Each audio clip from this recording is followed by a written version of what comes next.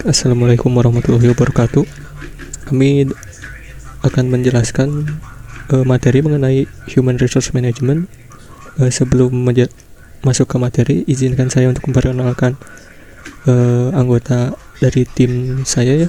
Yang pertama ada Alfian, kedua ada Indra Ayana, dan yang ketiga ada saya sendiri, Hafiz. Yang pertama ada introduction. Apa sih Human Resource Management atau yang kerap disingkat dengan HRM?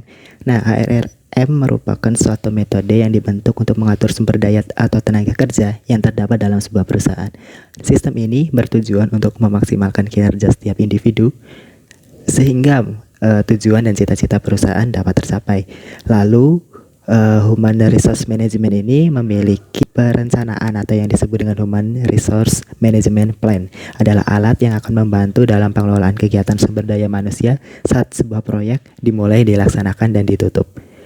Rencana pengelolaan sumber daya manusia itu meliputi ada 3. Yang pertama peran dan tanggung jawab, yang kedua bagian-bagian organisasi proyek, yang ketiga ada rencana manajemen kepegawaian yang meliputi bagaimana sumber daya akan diperoleh, timeline pelatihan, dan bagaimana tinjauan kinerja atau evaluasi, lalu ada sistem pengakuan dan penghargaan. Setelah itu seperti yang dipaparkan tadi mengenai rencana pengelolaan sumber daya manusia, yang pertama adalah tentang peran dan tanggung jawab. Nah, peran dan tanggung jawab untuk proyek peningkatan perangkat lunak ini sangat penting untuk keberhasilan suatu proyek. Semua anggota tim harus paham dengan jelas peran dan tanggung jawab mereka agar keberhasilan melakukan bagian mereka dalam proyek tersebut gitu. Untuk proyek peningkatan perangkat lunak, peran dan tanggung jawab tim proyek berikut telah ditetapkan. Yang pertama ada project manager yang bertanggung jawab atas keseluruhan keberhasilan proyek. Lalu dia juga bertanggung jawab untuk memberi otoritas dan menyetujui semua pengeluaran proyek. PM ini harus memiliki keterampilan kepemimpinan, penganggaran, penjadwalan, dan komunikasi yang efektif. Lalu setelah itu ada design engineer atau DE yang bertanggung jawab untuk mengumpulkan persyaratan pengkodean untuk proyek peningkatan perangkat lunak. DE juga bertanggung jawab atas peningkatan desain, pengkodean, dan pengujian perangkat lunak yang ditingkatkan.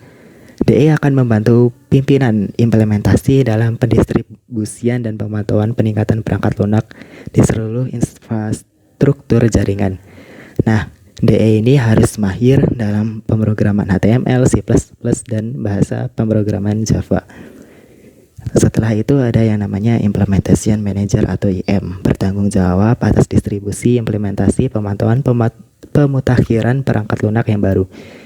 IM ini bertanggung jawab untuk bekerja sama dengan DE guna memastikan semua pengkodean dan perangkat lunak baru sesuai dengan peraturan keamanan organisasi. Nah, IM ini harus memiliki skill atau mahir dalam mengelola arsitektur jaringan. Selanjutnya ada Training Lead atau TL yang bertanggung jawab untuk melatih semua anggota jaringan tentang fitur yang disediakan oleh peningkatan versi perangkat lunak yang ada. TL ini akan memberikan status pelatihan kepada PM sesuai rencana manajemen komunikasi proyek. Yang terakhir ada Functional Manager atau FM. FM ini meskipun bukan merupakan tim proyek, tetapi FM tetap bertanggung jawab guna menyediakan sumber daya untuk proyek sesuai dengan rencana kepegawaian proyek. FM juga bertanggung jawab untuk bekerja sama dengan PM untuk menentukan keahlian yang dibutuhkan dan menyetujui penugasan sumber daya. Baik ya, untuk selanjutnya ada Project Organizational Charts ya. Kan untuk tadi sebelumnya sudah ada ya dijelaskan tentang roles and responsibility atau tanggung jawab dan peran ya. Nah, dari tanggung jawab dan peran itu kan tentu diperlukan suatu bagan atau alat lah untuk memudahkan setiap pihak yang terlibat dalam memahami proyek tersebut, baik itu dalam segi tugas mereka atau peran mereka ya. Nah, dari sini muncullah yang namanya Project Organizational Charts ya, atau bagan organisasi proyek, di mana bagan organisasi proyek adalah sebuah bagan yang menampilkan tugas proyek dan tim yang bertanggung jawab terhadap pekerjaan proyek tersebut. dari bagan tersebut ini berfungsi bagan ini berfungsi untuk memberikan gambaran mengenai pekerjaan dan peran tanggung jawab yang dimiliki oleh tiap-tiap tim ya. Untuk menyusun bagan organisasi proyek ini itu bisa menggunakan tools ya. Toolsnya itu yang pertama ada RACI atau yang merupakan singkatan dari Responsibility, Accountable, Consult, dan Inform. Selain dari RACI ini ada tools yaitu RAM atau RAM yang merupakan singkatan dari Responsibility Assignment Matrix. Untuk selanjutnya ada contoh dari RACI ya. Bisa dilihat ini. Ada bagan ya, ada di bagian atas itu, di bagian atas bagan itu ada nama manajer gitu. Nama dari penanggung jawab tiap-tiap tim itulah. Kemudian di sebelah kirinya ada pekerjaan-pekerjaan itu ya. Di sini bisa dilihat untuk project manager itu semuanya A, di mana A itu accountable. Maksudnya adalah jadi untuk pihak yang memiliki A ini itu ya, accountable ini jadi bertanggung jawab untuk terhadap pekerjaan itu. Bertanggung jawabnya itu mereka itu dalam urusan mengawasi gitu ya. Untuk pekerjaannya itu nanti itu tanggung jawabnya itu untuk yang bagian R itu responsible.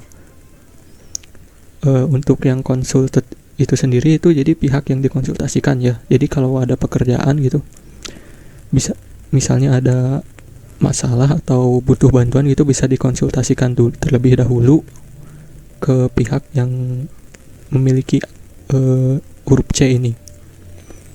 Yang terakhir itu ada inform atau pihak yang diinformasikan gitu. Jadi pihak ini itu diinformasikan jika ada keputusan atau ya ada keputusan gitu.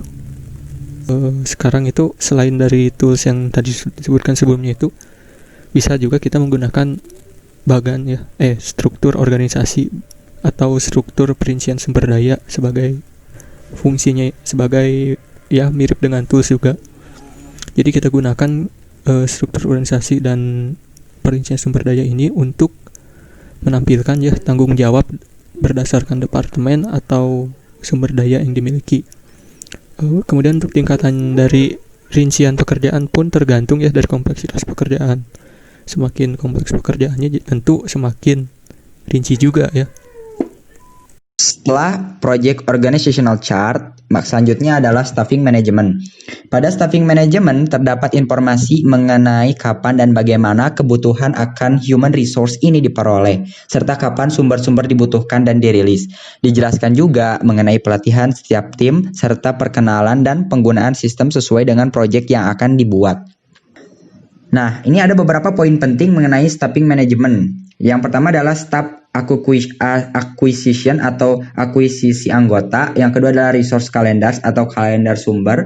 Yang ketiga adalah training atau pelatihan. Yang keempat adalah performance reviews atau kita peninjau ulang kembali performa para tim. Dan yang kelima adalah recognition and rewards, yang artinya adalah penghargaan, apresiasi dan juga hadiah kepada anggota tim yang telah memberikan skill dan juga partisipasinya dengan sangat baik. Nah, yang kita bahas yang pertama adalah staff acquisition. Nah, semua sumber tim harus ditempatkan dengan fungsionalitas atau departemen manajer yang tepat sebelum anggota tim memulai setiap pekerjaan proyek. Tim proyek tidak akan ditempatkan secara bersama dalam proyek ini. Semua sumber tim akan tetap di area kerjanya saat ini. Nah, ini kita akan menempatkan si fungsionalitas dan departemen manajer ini untuk mengakuisisi setiap tim, setiap staf yang diperlukan dalam sebuah proyek. Ketika kita sudah menempatkannya dengan baik, maka akan terjalin hubungan komunikasi yang baik pula. Selanjutnya adalah resource calendars. Semua sumber item tim dibutuhkan sebelum proyek dimulai. Diperlukan kalender sumber daya dalam menentukan kapan rentang skala pengerjaan proyek serta kapan proyek ditampilkan atau performance-nya. Perhatikan histogram berikut yang memang kami pilih untuk proyek kami. Nah, ini di sini terlihat bahwa ada design engineers, implementation manager, dan training lead yang telah digambarkan bagaimanakah proporsi kerjanya setiap minggunya, ya, dan juga timeline-nya. Nah, ini adalah histogram untuk resource calendars. Selanjutnya yaitu membahas tentang training. Ya, jika sebuah perusahaan dirasa belum memiliki atau kekurangan staf dengan skill memadai yang dibutuhkan dalam pembangunan suatu proyek, maka perlu ada pendanaan dalam menyediakan pelatihan dari cadangan proyek. Nah, ini tergantung perusahaan masing-masing. Apabila dirasa tim proyeknya ada yang masih belum memiliki skill yang memadai mengenai kebutuhan yang memang dibutuhkan oleh proyek tersebut, ataupun tidak ada atau kekurangan staf dengan skill yang memadai tersebut, maka perlu adanya pendanaan untuk training tersebut. Selanjutnya adalah performance review. Manajer proyek akan meninjau aktivitas kerja yang ditugaskan kepada setiap anggota tim pada awal proyek dan mengkomunikasikan semua harapan pekerjaan yang akan dilakukan. Nah, ketika kita sedang melakukan atau melaksanakan proyek, maka kita harus melihat kembali, meninjau ulang. Manajer proyek ini akan meninjau ulang aktivitas kerja yang telah ditugaskan kepada setiap anggota tim, apakah sudah baik atau belum, apakah sudah sesuai atau tidak, apakah memang sudah efektif atau belum. Nah, ini pentingnya performance review. Selanjutnya adalah recognition and rewards, ya. Ketika telah melaksanakan sebuah tugas yang telah diberikan dan juga memberikan peran yang sangat baik, nah, penghargaan dan hadiah cukup diperlukan agar dapat memotivasi setiap anggota tim proyek. Jika mereka antusias dengan pekerjaannya, maka akan sangat mudah untuk bekerja sama dengan baik antar satu sama lain. Nah, sekilas mengenai proyek kami, yaitu website e-commerce Productor. Website kami membantu perusahaan untuk tetap menjalankan usaha dalam kondisi apapun. Produk ini nantinya akan memiliki beberapa fungsi yang membantu sektor-sektor perusahaan menjalankan pekerjaan dalam efisiensi yang maksimal. Kami juga merancang produk ini dengan tingkat keramahan pengguna yang tinggi sehingga memudahkan perusahaan dalam melakukan maintenance. Nah, untuk roles and responsibility yang ada pada proyek kami, yang pertama mengenai PM atau project manager. Karena keberhasilan dalam dan kegagalan proyek bergantung pada PM, maka setidaknya pada proyek kami seorang PM haruslah memiliki setidaknya 3 kompetensi dasar yang meliputi kompetensi konseptual, kompetensi sosial, dan kompetensi teknis. Lalu setelahnya ada DE, karena DE juga membutuhkan jumlah sumber daya yang lebih banyak ketimbang yang lain, serta DE juga membutuhkan waktu kerja yang lebih banyak.